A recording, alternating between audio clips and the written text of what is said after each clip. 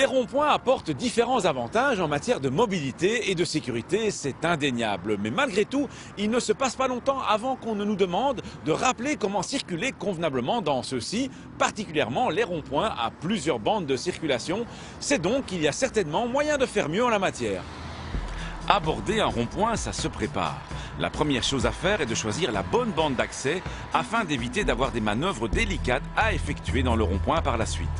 Ainsi, il est recommandé d'aborder le rond-point sur la bande de droite si on sort à la première ou à la deuxième sortie ou si on ne sait pas quelle sortie sera la bonne. La bande d'accès de gauche est plutôt recommandée à ceux qui savent qu'ils ne sortiront pas avant la troisième sortie.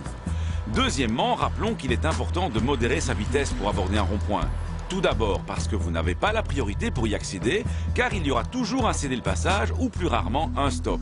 Il faut donc être prêt à devoir s'arrêter et il faut éviter de faire peur aux personnes qui circulent sur le rond-point en arrivant à pleine vitesse.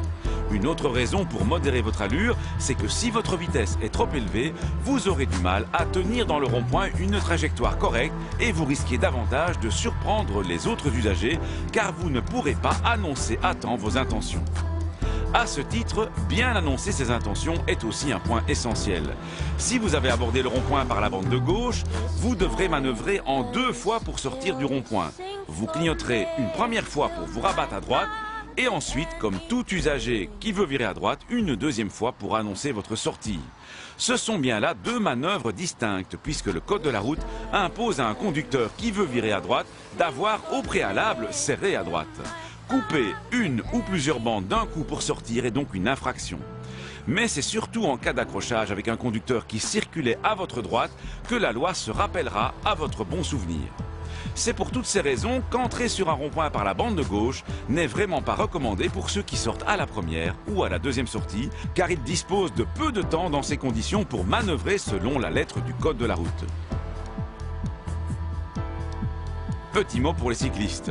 Sauf s'il y a une piste cyclable à disposition, les cyclistes peuvent choisir, comme les autres usagers, de rouler là où ça les arrange le mieux dans un rond-point. Cette dérogation à l'obligation de serrer à droite doit leur permettre d'occuper une place bien visible dans le rond-point pour éviter de se faire couper la route par les usagers motorisés. Enfin, dernier point, en abordant un rond-point, méfiez-vous tout de même des passages pour piétons et des traversées pour cyclistes que l'on trouve souvent aux accès ou aux sorties. En résumé, aux alentours et dans les ronds-points, on roule à vitesse modérée. S'il y a 2 bandes d'accès, on évite celle de gauche si c'est pour quitter le rond-point à la première ou à la deuxième sortie. Quand on quitte le rond-point, on fait sa manœuvre suffisamment à temps et on ne coupe la route de personne. Et pour tout ça, bien entendu, il faut utiliser ses clignotants à temps, ce qui fera plaisir à tout le monde. À la question de la semaine dernière, il fallait répondre que la forme du signal stop est un octogone. A gagné cette semaine une caméra sport Lenco. La question, la signalisation pour accéder à un rond-point peut consister en un feu, un stop et un céder-le-passage, un stop ou un céder-le-passage, ou uniquement un céder-le-passage. Soit vous téléphonez au 0905 56 493, soit vous envoyez un SMS au 60 20 en tapant contact 1, 2 ou 3 et vos coordonnées.